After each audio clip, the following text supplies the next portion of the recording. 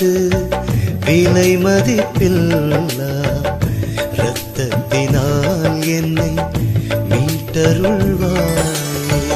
இயேசுவே உமது விலை மதிப்பில்லா இரத்தத்தினால் என்னை மீட்டருள்வாயே.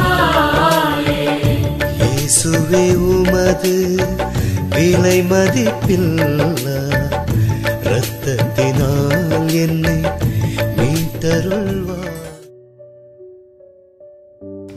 இயேசுவின் திருவுடல் திருரத்த வணக்க மாதம் 21ஆம் நாள்.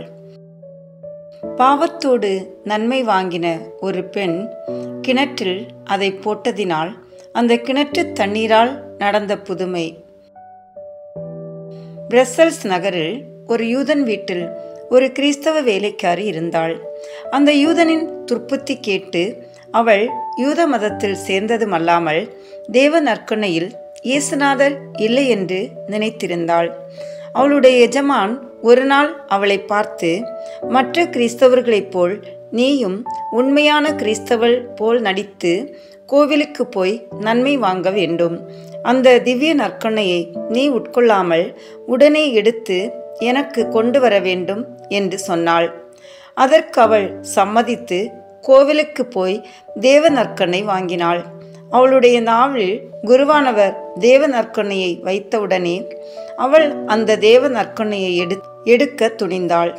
உடனே அவளுடைய ஈரற்குலையில் கடினமான வலி ஏற்பட்டதினால் அவஸ்தைக்காரி போல் இருந்தாள். அவள் தன் பாவத்துக்கு தண்டனையாக அந்த வேதனை வந்தது என்று நினைத்து அதை மற்றவர்கள் அறியாதபடிக்கு தான் வாந்தி பண்ணுகிறார் போல் நடித்து வெளியிலே வந்து கோவில் அருகில் இருக்கிற கிணற்றின் அருகே போய் சற்று நின்றாள். இப்படி நின்றபோது அவளுக்கு மீண்டும் அகங்காரம் ஏற்படவே தேவ நற்கருணையை கிணற்றுக்குள்ளே போட்டுவிட்டு தன் வீட்டுக்கு போனாள். கிணற்றில் நற்கருணை விழுந்ததன் பயனாக அநேக புதுமைகள் நடந்தன. அந்த கிணற்று தண்ணீரை குடித்ததால் வியாதிக்காரர்கள் குணமடைந்தனர். இதனால் அந்த ஊரில் உள்ள அநேகம் வியாதிக்காரர்கள் இந்த கிணற்றினிடம் திரண்டு வந்தார்கள். இதையெல்லாம் கண்ட அந்த வேலைக்காரி தான் செய்த துரோகத்திற்கு மனஸ்தாபப்பட்டு நடந்த செய்தியெல்லாம் மற்றவர்கள் அறிய பண்ணினாள்.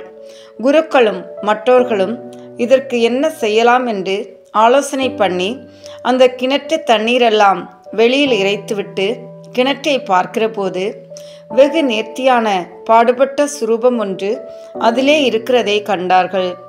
அதை வெளியில் எடுத்து மகா மகிமையோடு கோவிலில் வைத்தார்கள். அந்த சுரூபத்தின் வழியாக எண்ணற்ற புதுமைகள் நடந்தன. இறை மக்களே, இப்போது சொல்லப்பட்ட பெண் துர்ப்புத்தி கேட்டதினால் கெட்டு போனாள். ஆகையால் பதிதர்களும் பாவிகளும் சொல்லுகிற துர்ப்புத்திக்கு நீங்கள் செவி கொடுக்க வேண்டாம். தேவ நற்கருணையை நல்ல ஆயத்தத்தோடு நீங்கள் வாங்கின பிறகு அதில் இருக்கிற இயேசுநாதரை பார்த்து, எங்கள் ஆத்மத்துக்கு ஞான வைத்தியரே, எங்களிடத்தில் கோபமும் ஆங்காரமும் காய்மகாரமும் போசன பிரியமும் தேவ காரியங்களில் சோம்பலும் இவை முதலான வியாதிகள் இருக்கின்றன என்று சொல்லி காட்டி, தேவரீர் அந்த வியாதிகளை நீக்கி எங்களுக்கு ஞான சஞ்சீவியாய் இரும் என்று மன்றாட வேண்டும். நீங்கள் இப்படி கெஞ்சினால் அவர் உங்கள் வியாதியை தீர்க்க வந்திருப்பதால் உங்கள் ஆத்மத்தின் வியாதி நீங்கி போவதற்கு அவர் அருள் புரிவார். தேவ நற்கருணை வாங்கின ஒரு யூத பிள்ளை சூளையில் வேகாத புதுமை. கிபி 552ஆம் வருடத்தில் கான்ஸ்டாண்டினோப்பிள் பட்டணத்தில் ஒரு அதிசயமான புதுமை தேவ நற்கருணை வழியாக நடந்தது. அக்காலத்தில் கிறிஸ்தவர்களுக்கு தேவ நற்கருணை கொடுத்த பிறகு மீதி இருந்த அப்பத்துண்டுகளை மாசற்ற சிறு குழந்தைகளுக்கு கொடுக்கும் வழக்கம் இருந்தது. அப்படி பிள்ளைகளுக்கு தேவ நற்கருணை துண்டுகளை கொடுக்கும்போது கண்ணாடி வேலைக்காரனாகிய ஒரு யூதனுடைய பிள்ளை கிறிஸ்தவ பிள்ளைகளோடு கலந்து தேவ நற்கருணை வாங்கினான். அவனுடைய தகப்பன் அந்த செய்தி அறிந்து கோபம் கொண்டு நெருப்பு நிறைந்த கண்ணாடி சூளையிலே தன் பிள்ளையை போட்டு சூளை வாயை மூடிவிட்டான். அந்த பிள்ளையினுடைய தாய் தன் பிள்ளை எங்கே இருக்கிறதென்றும் எப்படி போனதென்றும் தெரியாமல் அழுது புரண்டதால் 2 நாளாக தேடிக்கொண்டிருந்தாள். 3ஆம் நாள் அவள் சூளையின் அருகில் இருக்கும்போது சூளைக்குள்ளே குழந்தையின் சத்தத்தை கேட்டாள்.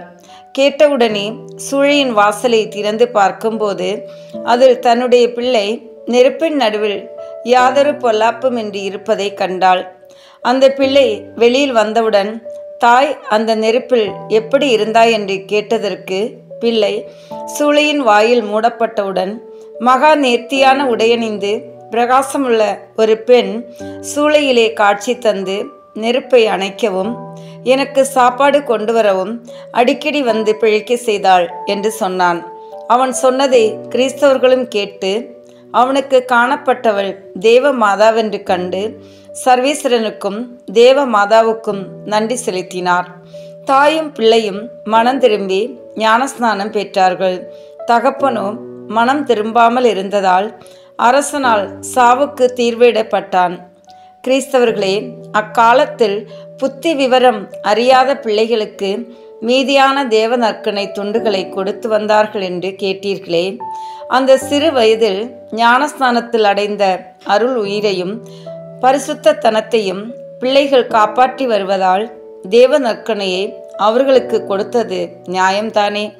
இதனால் நீங்கள் அறிய வேண்டியதாவது, நீங்கள் தேவ நற்கனை வாங்குவதற்கு ஞானஸ்நானம் பெற்ற குழந்தையைப் போல் சுத்த இருதயத்தை கொண்டிருக்க வேண்டும். பாவத்தினால் அருள் உயரை இழந்து போயிருந்தால் தேவ நற்கனை வாங்கும் முன் நல்ல பாவ சங்கீர்த்தனம் செய்து மறுபடி அருள் உயிரை அடைய வேண்டும். தந்தை, மகன், தூய ஆவியின் பெயராலே ஆமென். நம்பிக்கை அறிக்கை. விண்ணகத்தை மண்ணகத்தில் படைத்த எல்லாம் வல்ல தந்தையாகிய கடவுளை நம்புகின்றேன். அவருடைய ஒரே மகனாகிய நம் ஆண்டவர் இயேசு கிறிஸ்துவை நம்புகின்றேன். இவர் தூய ஆவியாரால் கருவுற்று கன்னி மரியாவிடமிருந்து பிறந்தார். போந்திய குலத்தின் அதிகாரத்தில் பாடுபட்டு சிலுவையில் அறையப்பட்டு இறந்து அடக்கம் செய்யப்பட்டார். பாதாளத்தில் இறங்கி 3ஆம் நாள் இறந்தோரிடமிருந்து உயிர் தெழுந்தார். விண்ணகத்திற்கு எழுந்தருளி எல்லாம் வல்ல தந்தையாகிய கடவுளின் வலப்பக்கத்தில் வீற்றிருக்கின்றார். அங்கிருந்து வாழ்வோருக்கும் இறந்தோருக்கும் தீர்ப்பு வழங்க வருவார். தூய ஆவியாரை நம்புகின்றேன். புனித கத்தோலிக்க திருஅவையை நம்புகின்றேன். புனிதர்களின் உறவு ஒன்றிப்பை நம்புகின்றேன். பாவ மன்னிப்பை நம்புகின்றேன். உடலின் உயிர்ப்பை நம்புகின்றேன். நிலை வாழ்வை நம்புகின்றேன். ஆமென். விண்ணுலகில் இருக்கிற எங்கள் தந்தையே, உமது பெயர் தூயது என போற்ற பெறுக. உமது ஆட்சி வருக. உமது திருவுளம் விண்ணுலகில் நிறைவேறுவது போல மண்ணுலகிலும் நிறைவேறுக. எங்கள் அன்றாட உணவை இன்று எங்களுக்கு தாரும். எங்களுக்கு எதிராக குற்றம் செய்வோரை நாங்கள் மன்னிப்பது போல எங்கள் குற்றங்களை மன்னியும். எங்களை சோதனைக்கு உட்படுத்தாதேயும், தீமையிலிருந்து எங்களை விடுவித்தருளும். ஆமென். அருள் நிறைந்த மரியே வாழ்க. ஆண்டவர் உம்முடனே, பெண்களுக்குள் ஆசி பெற்றவர் நீரே. உம்முடைய திருவயிற்றின் கனியாகிய இயேசுவும் ஆசி பெற்றவரே. புனித மரியே, இறைவனின் தாயே, பாவிகளாய் இருக்கிற எங்களுக்காக இப்பொழுதும் எங்கள் இறப்பின் வேளையிலும் வேண்டிக் கொள்ளும். ஆமென். தந்தைக்கும் மகனுக்கும் தூய ஆவியாருக்கும் மாட்சி உண்டாகுக. தொடக்கத்தில் இருந்தது போல இப்பொழுதும் எப்பொழுதும் என்றென்றும் இருப்பதாக. ஆமென். இந்த முதலாம் தேவத ரகசியத்தில் தேவ நற்கருணையின் முன் அடையாளத்தை தியானிப்போம். தண்ணீரை திராட்சை ரசமாக மாற்றிய புதுமை. யோவான் எழுதிய நற்செய்தியிலிருந்து வாசகம். அதிகாரம் 2, இறை வார்த்தைகள் 1 முதல் 11 வரை. கானாவில் திருமணம். 3ஆம் நாள் கலிலியாவில் உள்ள கானாவில் திருமணம் ஒன்று நடைபெற்றது. இயேசுவின் தாயும் அங்கு இருந்தார். இயேசுவும் அவருடைய சீடரும் அத்திருமணத்திற்கு அழைப்பு பெற்றிருந்தனர். திருமண விழாவில் திராட்சை ரசம் தீர்ந்து போகவே இயேசுவின் தாய் அவரை நோக்கி, திராட்சை ரசம் தீர்ந்து விட்டது என்றார். இயேசு அவரிடம், அம்மா, அதை பற்றி நாம் என்ன செய்ய முடியும்? எனது நேரம் இன்னும் வரவில்லையே என்றார். இயேசுவின் தாய் பணியாளரிடம், அவர் உங்களுக்கு சொல்வதெல்லாம் செய்யுங்கள் என்றார். யூதரின் தூய்மை சடங்குக்கு தேவையான 6 கல் தொட்டிகள் அங்கே இருந்தன. அவை ஒவ்வொன்றும் 2-3 குடம் தண்ணீர் கொள்ளும். இயேசு அவர்களிடம், இத்தொட்டிகளில் தண்ணீர் நிரப்புங்கள் என்று கூறினார். அவர்கள் அவற்றை விளிம்பு வரை நிரப்பினார்கள். பின் அவர், இப்போது மொண்டு பந்தி மேற்பார்வையாளரிடம் கொண்டு போங்கள் என்று அவர்களிடம் கூறினார். அவர்களும் அவ்வாறே செய்தார்கள். பந்தி மேற்பார்வையாளர் திராட்சை ரசமாய் மாறியிருந்த தண்ணீரை சுவைத்தார். அந்த ரசம் எங்கிருந்து வந்தது என்று அவருக்கு தெரியவில்லை. தண்ணீர் மொண்டு வந்த பணியாளருக்கே தெரிந்திருந்தது. ஆகையால் பந்தி மேற்பார்வையாளர் மணமகனை கூப்பிட்டு, எல்லோரும் நல்ல திராட்சை ரசத்தை முதலில் பரிமாறுவர். யாவரும் விருப்பம் போல குடித்த பின் தரம் குறைந்த ரசத்தை பரிமாறுவர். நீர் நல்ல ரசத்தை இதுவரை பரிமாறாமல் ஏன் வைத்திருந்தீர் என்று கேட்டார். இதுவே இயேசு செய்த முதல் அரும் அடையாளம். இது கலிலியாவில் உள்ள கானாவில் நிகழ்ந்தது. இதன் வழியாக அவர் தம் மாட்சியை வெளிப்படுத்தினார். அவருடைய சீடரும் அவரிடம் நம்பிக்கை கொண்டனர். ஆண்டவரின் அருள்வாக்கு. இறைவனுக்கு நன்றி. இதிலிருந்து நாம் கடைபிடிக்க வேண்டிய புண்ணியம், பங்கேற்பு மற்றும் ஈடுபாடு. விண்ணுலகில் இருக்கிற எங்கள் தந்தையே, உமது பெயர் தூயது என போற்ற பெறுக. உமது ஆட்சி வருக. உமது திருவுளம் விண்ணுலகில் நிறைவேறுவது போல மண்ணுலகிலும் நிறைவேறுக. எங்கள் அன்றாட உணவை இன்று எங்களுக்கு தாரும். எங்களுக்கு எதிராக குற்றம் செய்வோரை நாங்கள் மன்னிப்பது போல எங்கள் குற்றங்களை மன்னியும். எங்களை சோதனைக்கு உட்படுத்தாதேயும், தீமையிலிருந்து எங்களை விடுவித்தருளும். ஆமேன். அருள் நிறைந்த மரியே வாழ்க. ஆண்டவர் உம்முடனே, பெண்களுக்குள் ஆசி பெற்றவர் நீரே. உம்முடைய திருவயிற்றின் கனியாகிய இயேசுவும் ஆசி பெற்றவரே. புனித மரியே, இறைவனின் தாயே, பாவிகளாய் இருக்கிற எங்களுக்காக இப்பொழுதும் எங்கள் இறப்பின் வேளையிலும் வேண்டிக் கொள்ளும். ஆமேன். நித்திய ஸ்துதிக்குரிய பரிசுத்த நற்கருணைக்கு பக்தியாய் ஆராதனை எத்திசையும் புரிவோம். நித்திய ஸ்துதிக்குரிய பரிசுத்த நற்கருணைக்கு பக்தியாய் ஆராதனை எத்திசையும் புரிவோம். நித்திய ஸ்துதிக்குரிய பரிசுத்த நற்கருணைக்கு பக்தியாய் ஆராதனை எத்திசையும் புரிவோம். தந்தைக்கும் மகனுக்கும் தூய ஆவியாருக்கும் மாட்சி உண்டாகுக. தொடக்கத்தில் இருந்தது போல இப்பொழுதும் எப்பொழுதும் என்றென்றும் இருப்பதாக. ஆமேன். இரண்டாம் தேவ ரகசியத்தில் தேவ நற்கருணையை வாக்களித்ததை தியானிப்போம். 5 அப்பம் பழுகியது. யோவான் எழுதிய நற்செய்தியிலிருந்து வாசகம். அதிகாரம் 6, இறை வார்த்தைகள் 1 முதல் 13 வரை. அப்பம் பகிர்ந்தளித்தல். இயேசு கலிலேய கடலை கடந்து மறுகரைக்கு சென்றார். அதற்கு திபேரிய கடல் என்றும் பெயர் உண்டு. உடல் நலம் அற்றோருக்கு அவர் செய்து வந்த அரும் அடையாளங்களை கண்டு மக்கள் பெருந்திரளாய் அவரை பின்தொடர்ந்தனர். இயேசு மலை மேல் ஏறி தம் சீடரோடு அமர்ந்தார். யூதருடைய பாஸ்கா விழா அண்மையில் நிகழவிருந்தது. இயேசு நிமிர்ந்து பார்த்து, மக்கள் பெருந்திரளாய் அவரிடம் வருவதைக் கண்டு, இவர்கள் உண்பதற்கு நாம் எங்கிருந்து அப்பம் வாங்கலாம் என்று பிலிப்பிடம் கேட்டார். தாம் செய்ய போவதை அறிந்திருந்தும் அவரை சோதிப்பதற்காகவே இக்கேள்வியை கேட்டார். பிலிப்பு மறுமொழியாக, 200 தென்னாரியத்திற்கு அப்பம் வாங்கினாலும் ஆளுக்கு ஒரு சிறு துண்டும் கிடைக்காதே என்றார். அவருடைய சீடருள் ஒருவரும் சீமோன் பேதுருவின் சகோதரமான அந்திரேயா, இங்கே சிறுவன் ஒருவன் இருக்கிறான், அவனிடம் 5 வற்கோதுமை அப்பங்களும் 2 மீன்களும் உள்ளன, ஆனால் இத்தனை பேருக்கு இவை எப்படி போதும் என்றார். இயேசு, மக்களை அமரச் செய்யுங்கள் என்றார். அப்பகுதி முழுவதும் புல்தரையாய் இருந்தது. அமர்ந்திருந்த ஆண்களில் எண்ணிக்கை ஏறக்குறைய 5000. இயேசு அப்பங்களை எடுத்து கடவுளுக்கு நன்றி செலுத்தி அமர்ந்திருந்தோருக்கு கொடுத்தார். அவ்வாறே மீன்களையும் பகிர்ந்தளித்தார். அவர்களுக்கு வேண்டிய மட்டும் கிடைத்தது.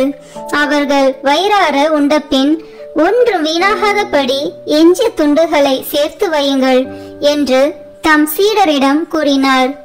மக்கள் உண்டபின் 5 வற்கோதுமை அப்பத்திலிருந்து எஞ்சிய துண்டுகளை சேர்த்து சீடர்கள் 12 கூடைகளில் நிரப்பினார்கள். ஆண்டவரின் அருள்வாக்கு. இறைவனுக்கு நன்றி. இதிலிருந்து நாம் கடைபிடிக்க வேண்டிய புண்ணியம் பகிர்வு. விண்ணுலகில் இருக்கிற எங்கள் தந்தையே, உமது பெயர் தூயது என போற்ற பெறுக. உமது ஆட்சி வருக. உமது திருவுளம் விண்ணுலகில் நிறைவேறுவது போல மண்ணுலகிலும் நிறைவேறுக. எங்கள் அன்றாட உணவை இன்று எங்களுக்கு தாரும். எங்களுக்கு எதிராக குற்றம் செய்வோரை நாங்கள் மன்னிப்பது போல எங்கள் குற்றங்களை மன்னியும். எங்களை சோதனைக்கு உட்படுத்தாதேயும், தீமையிலிருந்து எங்களை விடுவித்தருளும். ஆமேன். அருள் நிறைந்த மரியே வாழ்க. ஆண்டவர் உம்முடனே, பெண்களுக்குள் ஆசி பெற்றவர் நீரே. உம்முடைய திருவயிற்றின் கனியாகிய இயேசுவும் ஆசி பெற்றவரே. புனித மரியே, இறைவனின் தாயே, பாவிகளாய் இருக்கிற எங்களுக்காக இப்பொழுதும் எங்கள் இறப்பின் வேளையிலும் வேண்டிக் கொள்ளும். ஆமேன். நித்திய ஸ்துதிக்குரிய பரிசுத்த நற்கருணைக்கு பக்தியாய் ஆராதனை எத்திசையும் புரிவோம். நித்திய ஸ்துதிக்குரிய பரிசுத்த நற்கருணைக்கு பக்தியாய் ஆராதனை எத்திசையும் புரிவோம். நித்திய ஸ்துதிக்குரிய பரிசுத்த நற்கருணைக்கு பக்தியாய் ஆராதனை எத்திசையும் புரிவோம். தந்தைக்கும் மகனுக்கும் தூய ஆவியாருக்கும் மாட்சி உண்டாகுக. தொடக்கத்தில் இருந்தது போல இப்பொழுதும் எப்பொழுதும் என்றென்றும் இருப்பதாக. ஆமேன்.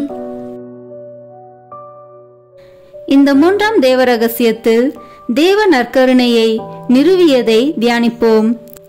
கடைசி ராவுணவு. மார்க்கு நற்செய்தியிலிருந்து வாசகம். அதிகாரம் 14, இறை வார்த்தைகள் 22 முதல் 25 வரை. ஆண்டவரின் திருவிருந்து. அவர்கள் உண்டு கொண்டிருந்த பொழுது அவர் அப்பத்தை எடுத்து கடவுளை போற்றி அதை பிட்டு அவர்களுக்கு கொடுத்து, இதை பெற்றுக்கொள்ளுங்கள், இது எனது உடல் என்றார். பின்பு அவர் கிண்ணத்தை எடுத்து கடவுளுக்கு நன்றி செலுத்தி அவர்களுக்கு கொடுத்தார். அனைவரும் அதிலிருந்து பருகினர். அப்பொழுது அவர் அவர்களிடம், இது எனது உடன்படிக்கையின் இரத்தம், பலருக்காக சிந்தப்படும் இரத்தம். இனிமேல் இறையாட்சி வரும் அந்நாளில்தான் நான் திராட்சை பழ ரசத்தை குடிப்பேன். அதுவரை ஒருபோதும் குடிக்க மாட்டேன் என உறுதியாக உங்களுக்கு சொல்கிறேன் என்றார். ஆண்டவரின் அருள்வாக்கு. இறைவனுக்கு நன்றி. இந்த வாசகத்திலிருந்து நாம் கடைபிடிக்க வேண்டிய புண்ணியம் சுய தியாகம். விண்ணுலகில் இருக்கிற எங்கள் தந்தையே, உமது பெயர் தூயது என போற்ற பெறுக. உமது ஆட்சி வருக. உமது திருவுளம் விண்ணுலகில் நிறைவேறுவது போல மண்ணுலகிலும் நிறைவேறுக. எங்கள் அன்றாட உணவை இன்று எங்களுக்கு தாரும். எங்களுக்கு எதிராக குற்றம் செய்வோரை நாங்கள் மன்னிப்பது போல எங்கள் குற்றங்களை மன்னியும். எங்களை சோதனைக்கு உட்படுத்தாதேயும், தீமையிலிருந்து எங்களை விடுவித்தருளும். ஆமேன். அருள் நிறைந்த மரியே வாழ்க. ஆண்டவர் உம்முடனே, பெண்களுக்குள் ஆசி பெற்றவர் நீரே. உம்முடைய திருவயிற்றின் கனியாகிய இயேசுவும் ஆசி பெற்றவரே. புனித மரியே, இறைவனின் தாயே, பாவிகளாய் இருக்கிற எங்களுக்காக இப்பொழுதும் எங்கள் இறப்பின் வேளையிலும் வேண்டிக் கொள்ளும். ஆமேன். நித்திய ஸ்துதிக்குரிய பரிசுத்த நற்கருணைக்கு பக்தியாய் ஆராதனை எத்திசையும் புரிவோம். நித்திய ஸ்துதிக்குரிய பரிசுத்த நற்கருணைக்கு பக்தியாய் ஆராதனை எத்திசையும் புரிவோம். நித்திய ஸ்துதிக்குரிய பரிசுத்த நற்கருணைக்கு பக்தியாய் ஆராதனை எத்திசையும் புரிவோம். தந்தைக்கும் மகனுக்கும் தூய ஆவியாருக்கும் மாட்சி உண்டாகுக. தொடக்கத்தில் இருந்தது போல இப்பொழுதும் எப்பொழுதும் என்றென்றும் இருப்பதாக. ஆமேன். நான்காம் தேவ ரகசியத்தில் தேவ நற்கருணையை கொண்டாடியதை தியானிப்போம். எம்மாவு சீடர்கள். லூக்கா நற்செய்தியிலிருந்து வாசகம். அதிகாரம் 24, இறை வார்த்தைகள் 13 முதல் 35 வரை. எம்மாவு வழியில் சீடரை சந்தித்தல். அதே நாளில் சீடர்களுள் இருவர் எருசலேமிலிருந்து ஏறத்தாழ 12 கிலோமீட்டர் தொலைவில் உள்ள ஓர் ஊருக்கு சென்று கொண்டிருந்தனர். அவ்வூரின் பெயர் எம்மாவு.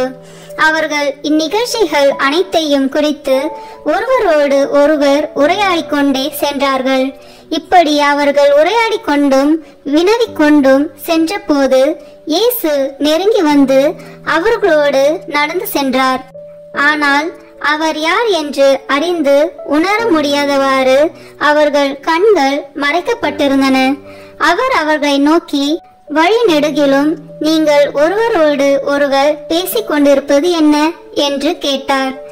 அவர்கள் முகவாட்டத்தோடு நின்றார்கள்.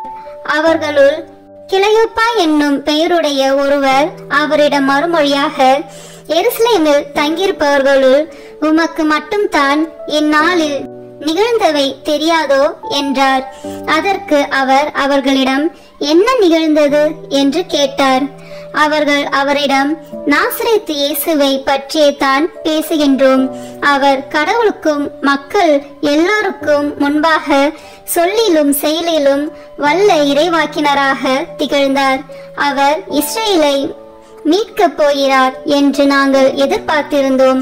ஆனால் தலைமை குருக்களும் ஆட்சியாளர்களும் அவருக்கு மரண தண்டனை விதித்து சிலுவையில் அறைந்தார்கள். இவையெல்லாம் நிகழ்ந்து இன்றோடு 3 நாட்கள் ஆகின்றன. ஆனால் இன்று எங்களை சேர்ந்த பெண்களுள் சிலர் எங்களை மலைப்புக்குள்ளாக்கினர். அவர்கள் விடியற் காலையில் கல்லறைக்கு சென்றார்கள். அவருடைய உடலை காணாது திரும்பி வந்து வானதூதர்களை கண்டதாகவும் இயேசு உயிரோடு இருக்கிறார் என்று அவர்கள் கூறியதாகவும் சொன்னார்கள். எங்களோடு இருந்தவர்களுள் சிலரும் கல்லறைக்கு சென்று அப்பெண்கள் சொன்னவாறே இருக்க கண்டனர். ஆனால் அவர்கள் இயேசுவை காணவில்லை என்றார்கள். இயேசு அவர்களை நோக்கி, அறிவிலிகளே, இறைவாக்கினர் உரைத்த எல்லாவற்றையும் நம்ப இயலாத மந்த உள்ளத்தினரே, மெசியா நாம் மாட்சி அடைவதற்கு முன் இத்துன்பங்களை பட வேண்டும் அல்லவா என்றார். மேலும் மோசே முதல் இறைவாக்கினர் வரை அனைவரின் நூல்களிலும் தம்மை குறித்து எழுதப்பட்ட யாவற்றையும் அவர் அவர்களுக்கு விளக்கினார்.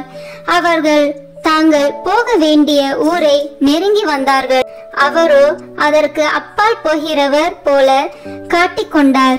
அவர்கள் அவரிடம், எங்களோடு தங்கும், ஏனெனில் மாலை நேரம் ஆயிற்று, பொழுதும் போயிற்று என்று கூறி கட்டாயப்படுத்தி அவரை இணங்க வைத்தார்கள்.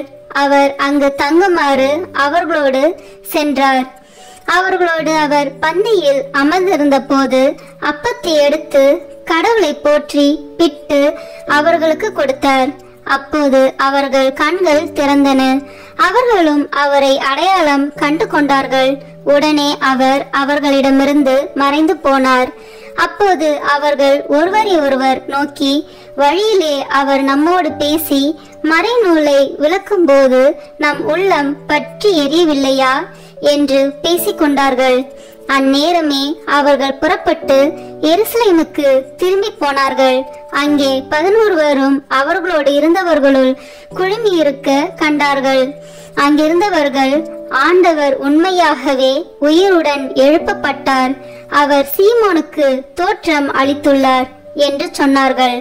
அவர்கள் வழியில் நிகழ்ந்தவற்றையும் அவர் அப்பத்தை பிட்டு கொடுக்கும்போது அவரை கண்ணுணர்ந்து கொண்டதையும் அங்கிருந்தவர்களுக்கு எடுத்துரைத்தார்கள்.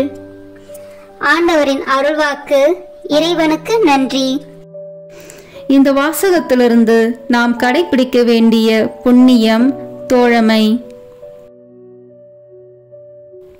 விண்ணுலகில் இருக்கிற எங்கள் தந்தையே, உமது பெயர் தூயது என போற்ற பெறுக. உமது ஆட்சி வருக. உமது திருவுளம் விண்ணுலகில் நிறைவேறுவது போல மண்ணுலகிலும் நிறைவேறுக. எங்கள் அன்றாட உணவை இன்று எங்களுக்கு தாரும். எங்களுக்கு எதிராக குற்றம் செய்வோரை நாங்கள் மன்னிப்பது போல எங்கள் குற்றங்களை மன்னியும். எங்களை சோதனைக்கு உட்படுத்தாதேயும், தீமையிலிருந்து எங்களை விடுவித்தருளும். ஆமேன். அருள் நிறைந்த மரியே வாழ்க. ஆண்டவர் உம்முடனே, பெண்களுக்குள் ஆசி பெற்றவர் நீரே. உம்முடைய திருவயிற்றின் கனியாகிய இயேசுவும் ஆசி பெற்றவரே. புனித மரியே, இறைவனின் தாயே, பாவிகளாய் இருக்கிற எங்களுக்காக இப்பொழுதும் எங்கள் இறப்பின் வேளையிலும் வேண்டிக் கொள்ளும். ஆமேன். நித்திய ஸ்துதிக்குரிய பரிசுத்த நற்கருணைக்கு பக்தியாய் ஆராதனை எத்திசையும் புரிவோம். நித்திய ஸ்துதிக்குரிய பரிசுத்த நற்கருணைக்கு பக்தியாய் ஆராதனை எத்திசையும் புரிவோம். நித்திய ஸ்துதிக்குரிய பரிசுத்த நற்கருணைக்கு பக்தியாய் ஆராதனை எத்திசையும் புரிவோம். தந்தைக்கும் மகனுக்கும் தூய ஆவியாருக்கும் மாட்சி உண்டாகுக. தொடக்கத்தில் இருந்தது போல இப்பொழுதும் எப்பொழுதும் என்றென்றும் இருப்பதாக. ஆமேன். ஐந்தாம் தேவ ரகசியம். இன்று தேவ நற்கருணையில் இயேசுவின் பிரசனம். உலகம் முடியும் வரை எந்நாளும் உங்களோடு இருக்கிறேன். மத்தேயு எழுதிய நற்செய்தி நூலிலிருந்து வாசகம். அதிகாரம் 28, இறை வார்த்தைகள் 16 முதல் 20 வரை. இயேசு சீடருக்கு கட்டளை கொடுத்து அனுப்புதல்.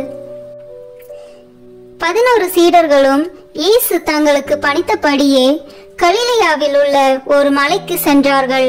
அங்கே அவரை கண்டு பணிந்தார்கள். சிலரோ ஐயமுற்றார்கள். இயேசு அவர்களை அணுகி, விண்ணுலகிலும் மண்ணுலகிலும் அனைத்து அதிகாரமும் எனக்கு அருளப்பட்டிருக்கிறது. எனவே நீங்கள் போய் எல்லா மக்கள் இனத்தாரையும் சீடராக்குங்கள். தந்தை, மகன், தூய ஆவியார் பெயரால் திருமுழுக்கு கொடுங்கள். நான் உங்களுக்கு கட்டளையிட்ட யாவையும் அவர்களுக்கு கடைபிடிக்கும்படி கற்பியுங்கள். இதோ, உலக முடியும் வரை எந்நாளும் நான் உங்களுடன் இருக்கின்றேன் என்று கூறினார். ஆண்டவரின் அருள்வாக்கு. இறைவனுக்கு நன்றி. இதிலிருந்து நாம் கடைபிடிக்க வேண்டிய புண்ணியம் சேவை. விண்ணுலகில் இருக்கிற எங்கள் தந்தையே, உமது பெயர் தூயது என போற்ற பெறுக. உமது ஆட்சி வருக. உமது திருவுளம் விண்ணுலகில் நிறைவேறுவது போல மண்ணுலகிலும் நிறைவேறுக. எங்கள் அன்றாட உணவை இன்று எங்களுக்கு தாரும். எங்களுக்கு எதிராக குற்றம் செய்வோரை நாங்கள் மன்னிப்பது போல எங்கள் குற்றங்களை மன்னியும். எங்களை சோதனைக்கு உட்படுத்தாதேயும், தீமையிலிருந்து எங்களை விடுவித்தருளும். ஆமேன். அருள் நிறைந்த மரியே வாழ்க. ஆண்டவர் உம்முடனே, பெண்களுக்குள் ஆசி பெற்றவர் நீரே. உம்முடைய திருவயிற்றின் கனியாகிய இயேசுவும் ஆசி பெற்றவரே. புனித மரியே, இறைவனின் தாயே, பாவிகளாய் இருக்கிற எங்களுக்காக இப்பொழுதும் எங்கள் இறப்பின் வேளையிலும் வேண்டிக் கொள்ளும். ஆமேன். நித்திய ஸ்துதிக்குரிய பரிசுத்த நற்கருணைக்கு பக்தியாய் ஆராதனை எத்திசையும் புரிவோம். நித்திய ஸ்துதிக்குரிய பரிசுத்த நற்கருணைக்கு பக்தியாய் ஆராதனை எத்திசையும் புரிவோம். நித்திய ஸ்துதிக்குரிய பரிசுத்த நற்கருணைக்கு பக்தியாய் ஆராதனை எத்திசையும் புரிவோம். தந்தைக்கும் மகனுக்கும் தூய ஆவியாருக்கும் மாட்சி உண்டாகுக. தொடக்கத்தில் இருந்தது போல இப்பொழுதும் எப்பொழுதும் என்றென்றும் இருப்பதாக. ஆமேன். இறுதி ஜெபம். நற்கருணை மாதாவே, ஆமேன். உம்முடைய வார்த்தையின்படியே எனக்கு ஆகட்டும் என்று சொல்லி நற்கருணை நாதரை பெற்றுக்கொண்டவரே, காடு மலை என்று பாராமல் எலிசபெத் அம்மாளுக்கு உதவி செய்ய நற்கருணை நாதரை சுமந்து கொண்டு விரைந்து சென்றவரே, உலகம் மீட்பு பெறுவதற்காக நற்கருணை நாதரை ஈன்றவரே, காலமெல்லாம் நற்கருணை நாதரை தியானித்து கடவுளை புகழ்ந்து கல்வாரி மலைக்கு ஆண்டவர் இயேசுவோடு பலியாகி தேவ நற்கருணையாக மாறியவரே, நாங்களும் உயிருள்ள தேவ நற்கருணையாக வாழ எங்களுக்காக பரிந்து பேசுவீராக. ஆமேன். சிறிது நேரம் நம்மை முழுமையாக திவ்ய நற்கருணை நாதரிடம் ஒப்பு கொடுத்து தியானித்து ஆராதித்து ஜெபிப்போம். இயேசு கிறிஸ்து பேசுகிறார். ஆத்துமமே, நீ நமக்கு பிரியப்பட்டத்தக்கதாக அநேக காரியங்களை அறிந்திருப்பது அவசரமல்ல. நம்மை உருக்கமாய் சிநேகிப்பதே போதும். உன் பிரிய சிநேகத்தோடு சம்பாஷிப்பது போல இப்போது நம்மோடு பேசுவாயாக. யாரை பற்றியாவது நம்மிடத்தில் மனு பேச வேண்டியதுண்டா? உன் உற்றார் உறவின் முறையார், சகோதரர் சகோதரிகளுடைய பேரென்ன? அவர்களின் ஒவ்வொருவருக்கும் நாம் என்ன செய்ய வேண்டுமென்கிறாய்? அவர்களுக்கு வேண்டிய காரியங்களையெல்லாம் நம்மிடத்தில் கேள். ஏனென்றால் தங்கள் சுயநலத்தை மறந்து புறத்தியருடைய நன்மையை நாடியிருக்கிற தயால சர்க்குணமுள்ள ஆத்துமங்கள் நமக்கு மிகவும் பிரியம். எந்த ஏழைக்கு நாம் இரக்கம் செய்ய வேண்டும் என்கிறாய்? அங்கே ஒரு வியாதியஸ்தன் மிகவும் துன்பப்படுகிறதாக நீ பார்த்தாயே, அவன் யார்? எந்த பாவி மனம் திரும்ப வேண்டும் என்று கேட்கிறாய்? யாரோடே இப்போது நீ சமாதானமாய் போக வேண்டும் என்கிறாய்? அவர்களுக்காக இப்போது சற்று நேரம் பக்தியோடு வேண்டிக்கொள். இருதய பற்றுதலோடு ஜெபிக்கப்படும் ஜெபங்களை எல்லாம் கேட்டருள்வோம் என்று நாம் வாக்குறுதியாக திருவுளம் பற்றியிருக்கிறோமே. அப்படியே சிநேகிதர் ஒவ்வொருவருக்காக ஒப்பு கொடுக்கிற ஜெபம் இருதய உருக்கம் அமைந்த ஜெபம் அல்லவா?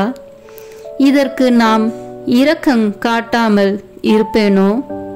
உமக்காக ஏதாவது நன்மை வரப்பிரசாதம் நீ கேட்க வேண்டியதில்லையா? உனக்கு பிரியமானால் உன் ஆத்மத்தில் உள்ள குறைகளை எல்லாம் எழுதி கொண்டு வந்து நமது சமூகத்தில் வாசித்து காட்டு.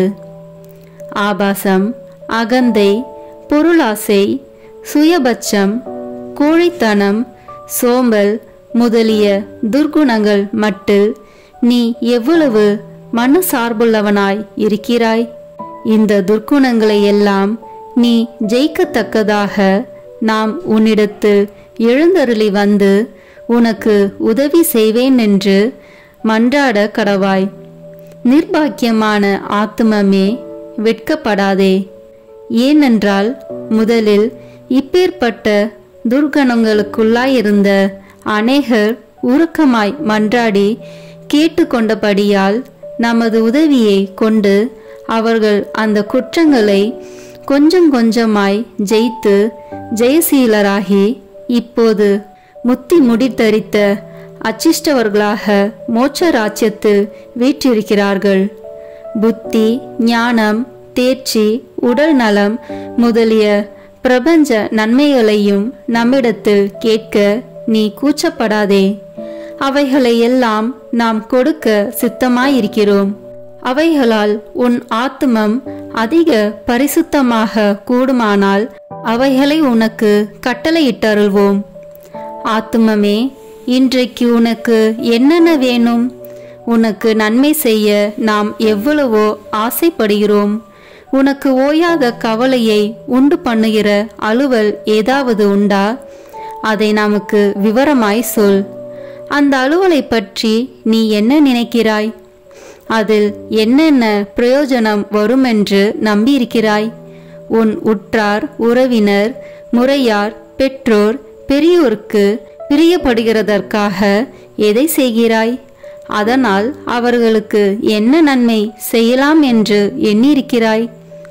நமக்காக நீ ஏதாகிலும் செய்ய மாட்டாயா? உன் உறவின் முறையார், சிநேகிதர் நம்மை மறந்து போகிறார்களே, அவர்களுடைய ஆத்மங்களுக்கு வேண்டிய நன்மை செய்ய உனக்கு மனதில்லையா? எந்த விஷயத்தில் அதிக அக்கறையாய் அல்லது கரிசனத்தோடு உழைத்து வேலை செய்கிறாய்? எந்தெந்த முகாந்தரத்தை பற்றி நீ அதிலே ஓயாத சிந்தனையாயிருக்கிறாய்? அதற்காக நீ பிரயோகித்து கொள்ள நினைக்கும் உபாயங்கள் என்ன? உனது சுக துக்கங்களையும் சலிப்பு சஞ்சலங்களையும் நமக்கு சொல்லி காட்டு. அவற்றின் காரணத்தை உனக்கு விளக்கி காண்பிப்போம். உன் ஏற்பாடு பிரயத்தனங்களில் யாருடைய உதவியை நீ கோரிக்கையாயிருக்கிறாய்? சகல இதயங்களுக்கும் எஜமான் நாம் அல்லவா? நமது இஷ்டம் போல் அவைகளை படிப்படியாய் இலகி வசப்படுத்துவோம். உன் கோரிக்கை பிரயத்தனங்களுக்கு உதவியானவர்களை உன் கிட்டே கொண்டு வந்து விடுவோம். ஆத்துமமே, உனக்கு ஏதாவது தொல்லை தொந்தரவுகள் உண்டா? அதன் விவரத்தை நமக்கு வெளிப்படுத்து. நீ ஏன் சலிப்பாயிருக்கிறாய்? உனக்கு கஷ்டி வருவிப்பது யார்? உன்னை நிந்தைக்கு வேதனைப்படுத்தியவர் யார்? உன் அகந்தையை குத்தி காயப்படுத்தினது யார்? அப்படிப்பட்டவர்கள் எல்லாரும் நீ பொறுத்தல் கொடுக்கிறாய் என்றும் அந்த குறைகளை முழுவதும் மறந்து விடுவாய் என்றும் உறுதியாய் சொல்லி அவர்களுக்காக வேண்டிக்கொள். நாமும் உன்னை ஆசீர்வதிப்போம். உனக்கு கலக்கம் வருகிற தந்திர சோதனைகள் ஏதாவது உண்டா? காரணமில்லாத பயம் சில விசை உன் இருதயத்தை கலங்கி அடிக்கிறதா? ஆத்மமே, பயப்படாதே, நமது பேரில் நம்பிக்கையாயிரு. நாம் உன்னிடத்திலிருந்து வாசம் பண்ணுகிறோம். அங்கே நடக்கிற விஷயங்களை எல்லாம் நாம் அறிந்திருக்கிறோம். நாம் உனக்கு உதவி செய்வோம். தைரியமாயிரு. உன் சிநேகிதர் என்று வெறும் பேர் படைத்து குறை பேசி உனக்கு வஞ்சனை செய்கிறவர்கள் உண்டா? அவர்களுக்காகவும் வேண்டிக்கொள். உன் மன ஆறுதலுக்கு அவசரமாகில் அவர்கள் மனதை மாற்றி யதார்த்தவாதிகளாக்குவோம். நமக்கு சொல்லத்தக்கும் சந்தோஷ விசேஷ ஒன்றுமில்லையா? உன்னோடே நாமும் மகிழத்தக்கதாக அந்த விசேஷங்கள் நமக்கு சொல்லக்கூடாதா? நேற்றைய தினம் முதல் உனக்கு நேரிட்ட சந்தோஷ விசேஷங்களை நமக்கு வெளிப்படுத்து. நீ நினையாத சமயத்தில் உன்னை சந்திக்க வந்த ஒரு சிநேகிதரால் நீ அடைந்த சந்தோஷமும் உனக்கிருந்த அச்சம் சலிப்புகள் நீங்கி உனக்கு உண்டான ஆறுதல் அகமகிழ்ச்சியும் சிநேகமேரையாய் உனக்கு கிடைத்த கடிதமும் சந்திப்பு சமான்களால் வந்த அக்களிப்பும் இவைகளெல்லாம் நம்மாலேதான் உனக்கு அனுப்பப்பட்டன. ஆத்துமமே, இவைகளுக்காக நீ ஏன் நன்றியறிதல் காண்பிக்கிறதில்லை? சுவாமி, நன்றி அறிந்திருக்கிறேன். உமது திருநாமம் வாழ்த்தப்படத்தக்க கடவது என்று ஏன் சொல்லுகிறதில்லை? நன்றி அறிதல் அதிகமான நன்மையை விளைவிக்குமே. உபகாரம் மறைக்கப்படாதிருப்பதை காண்பது உபகாரிக்கு அதிக உதார குணத்தை வருவிக்கும் அல்லவா? நமக்கு நீ செய்ய விரும்பும் வாக்குத்தத்தங்கள் ஏதாவது உண்டா? உன் இருதய அந்தரங்களெல்லாம் நமக்கு நன்றாய் தெரிந்திருக்கிறது. பிறரை நீ ஏய்த்து போட்டாலும் உன் ஆண்டவராகிய நம்மை ஏய்க்க முடியாது. ஆகையால் ஆத்மமே, உன்னை யதார்த்தத்துடன் நமது சமூகத்தில் சஞ்சரிப்பாயாக. அந்த பாவ சமயத்தை விலக்கிவிட தீர்மானித்திருக்கிறாயா? உன் ஆத்துமத்துக்கு பொல்லாயிருக்கிற அந்த பொருளை விட்டு விடுவாயா? உன் மனரூபிகரத்தை வீணாய் குழப்பிக் கொண்டிருக்கிற அந்த கெட்ட புத்தகத்தை இனி வாசியாமல் தள்ளி போடுவாயா? உன் ஆத்தும சமாதானத்துக்கு விக்னமாயிருக்கிற இந்நீராருடைய சகவாசத்தை விட்டு விடுவாயா? உனக்கு பொல்லாப்பு செய்கிறவர்களுக்கு எப்படி தயை சந்தகுணம் காண்பிக்க வேண்டுமென்று நம்மிடத்தில் கற்றறிந்து கொள். ஆத்துமமே, உனக்கு ஆசீர்வாதம். இப்போது நீ போய் உன் வேலைகளை செய். ஒழுங்கு போல் மௌனமாயிரு, அடக்க ஒடுக்கமாயிரு, கீழ்ப்படிதல் உள்ளவனாயிரு, பிற சிநேகமுள்ளவனாயிரு. அமலோற்பவ மாதாவை அதிக அன்போடு நேசித்திரு. நாளைக்கு திரும்ப வா. வரும்போது உன் இதயம் அதிக பக்தி பற்றுதல் அமைந்ததாய் இருக்கும்படி பார்த்துக்கொள். இனி உன் இதயம் நம்மையில் சார்ந்ததுமாய் நன்மை செய்ய அதிக உறுதியான தீர்மானமுள்ளதுமாய் மாற்றியிருக்க வேண்டும். நாளைக்கு சில புதுவர பிரசாதங்களையும் நன்மைகளையும் உனக்கு கட்டளையிட சித்தமாயிருக்கிறோம்.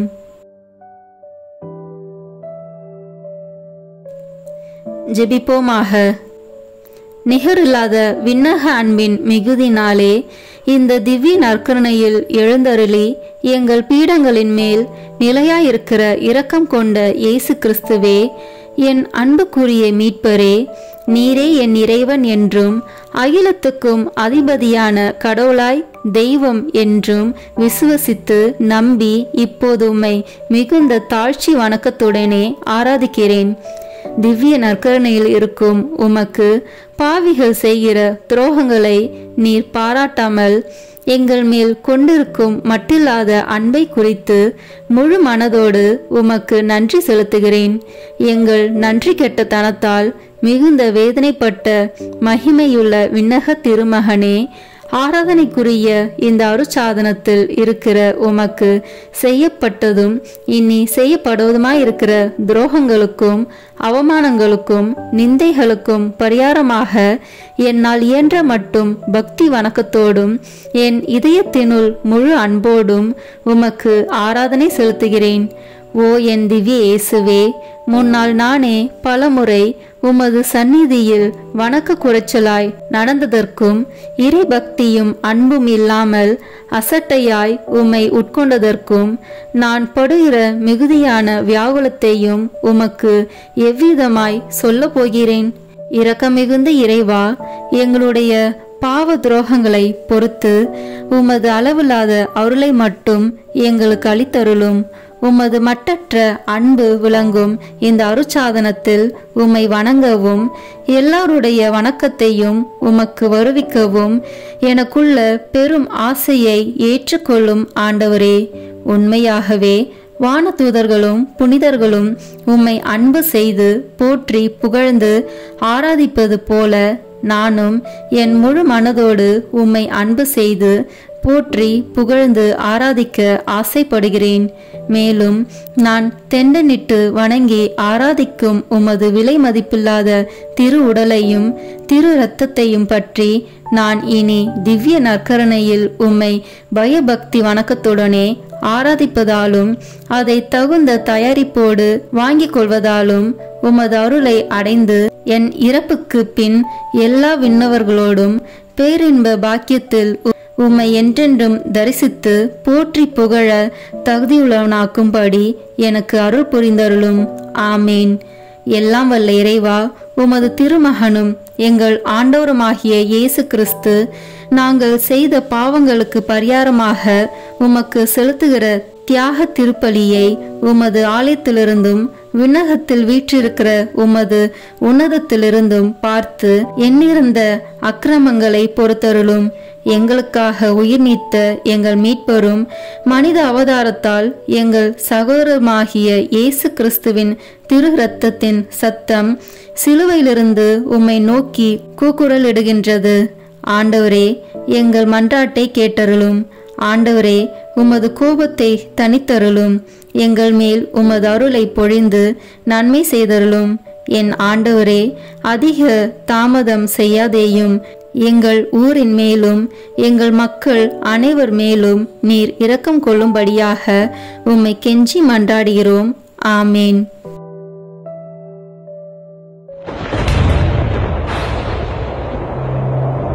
கல்வாரி மலையில்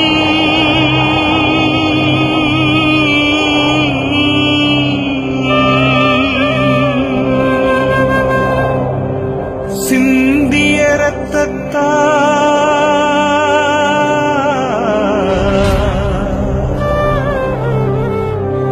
என்னை கழுவும் இயேசுவே. ஒரு துளி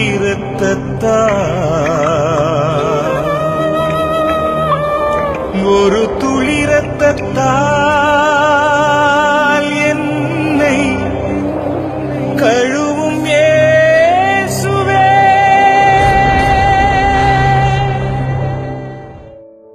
சிலுவையில் இயேசு சிந்தின இரத்தத்தால் சமாதானம் உண்டாகும். கொலோசியர் 1:20 இறைவார்த்தை. இப்போது நாம் இணைந்து இயேசுவின் திரு இரத்தத்தை நோக்கி நம்மை முழுவதும் ஒப்பு கொடுக்கும் ஜெபத்தை சொல்வோம். இயேசுவே, நீ சிலுவையில் சிந்திய வல்லமையான இரத்தம் கொண்டு என் உச்சந்தலையிலிருந்து உள்ளங்கால் வரை அபிஷேகம் செய்யும்.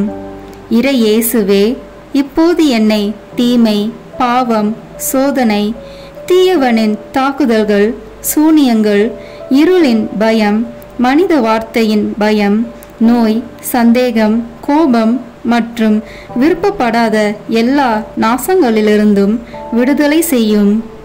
ஆபத்துக்கள், விபத்துகளிலிருந்து என்னை பாதுகாத்தருளும். இப்போது நான் உமது பரிசுத்த இரத்தத்தின் முழு பாதுகாப்பினை அடைந்துவிட்டேன் என்பதை நினைத்து நான் உம்மை துதிக்கிறேன். இயேசுவின் பரிசுத்த இரத்தமே, எம்மை காத்தருளும். இயேசுவின் தூய இரத்தமே பரிசுத்த மனசாட்சியை தாரும். இயேசுவின் தூய இரத்தமே வார்த்தையான தேவனே எங்களை காத்தருளும். இயேசுவின் தூய இரத்தமே எங்கள் ஆழ் மனதை பரிசுத்தப்படுத்தும். இயேசுவின் தூய இரத்தமே மனதில் உள்ள கெட்ட சிந்தனைகளை தூய்மைப்படுத்தும். இயேசுவின் தூய இரத்தமே அவிசுவாசியின் வார்த்தைகளை எடுத்து மாற்றும். இயேசுவின் தூய இரத்தமே மனதில் உள்ள பய உணர்வுகளை கழுவும். இயேசுவின் தூய இரத்தமே உடல் உறுப்பில் உள்ள காம உணர்ச்சிகளை கழுவும். இயேசுவின் தூய இரத்தமே தலைமுறைகளில் உள்ள பாவ சாபங்களை கழுவும். இயேசுவின் தூய இரத்தமே குற்ற உணர்வுகளை கழுவி மாற்றும். இயேசுவின் தூய இரத்தமே நான் கருவறையில் உருவான நேரத்தில் உண்டான எல்லா எதிர் அனுபவங்களை கழுவி பரிசுத்தப்படுத்தும். ஆமீன். இயேசுவின் இரத்தத்தால் நம்மை கழுவும் ஜெபம். இயேசுவே, எங்களுக்காக கல்வாரியில் நீர் சிந்திய உம்முடைய விலையேற பெற்ற திரு இரத்தத்தினால் எங்கள் குடும்பத்தில் இருக்கின்ற ஒவ்வொருவரையும் கழுவும். எங்கள் வீடுகளில் இருக்கின்ற ஒவ்வொரு பொருட்களிலும் உம்முடைய இரத்த துளிகளை தெளித்து வையும். எங்கள் வீடுகளின் தரைகளிலும் சுவர்களிலும் கூரைகளிலும் உம்முடைய இரத்தத்தை தெளியும். எங்கள் வீடுகளை சுற்றிலும் நிலங்களின் எல்லைகளை சுற்றிலும் உம்முடைய இரத்தத்தை தெளித்து வைத்து உமது காவல் தூதர்களை எங்களுக்கு துணையாக நிறுத்தி வையும். எங்களுக்கு எதிராக செய்யப்படும் எந்த ஒரு காரியமாக இருந்தாலும் மாயதந்திர சக்திகள், சாத்தானின் ஏவுதல்கள், பில்லி சூனிய கட்டுக்கள் மற்றும் ஆபத்துக்கள், விபத்துக்கள், அவமானங்கள், நோய்கள், பிற தேவைகள் அனைத்திலும் எங்களை பாதுகாத்து வழிநடத்தும். நாங்கள் செல்லுகின்ற வழிகளில் எல்லாம், சென்றடைகின்ற ஒவ்வொரு இடங்களில் எல்லாம் உம்முடைய இரத்த துளிகளை தெளித்து வைத்து எங்களுக்கு முன்னும் பின்னும் வலமும் இடமும் உமது பிரசன்னத்தால் வழிநடத்தும். இதுவரை எங்களை பாதுகாத்து வந்த தேவன் இனிவரும் நாட்களிலும் எங்களை பாதுகாத்து வழிநடத்தும்படி ஜெபிக்கிறோம். இயேசுவின் பெயரால் ஆமேன். தந்தை, மகன், தூய ஆவியின் பெயராலே ஆமேன். இந்த வீடியோ உங்களுக்கு பிடிச்சிருக்குன்னா லைக், ஷேர், கமெண்ட் பண்ணுங்க. மறக்காம சப்ஸ்கிரைப் பட்டன் பிரஸ் பண்ணுங்க. தேங்க்யூ.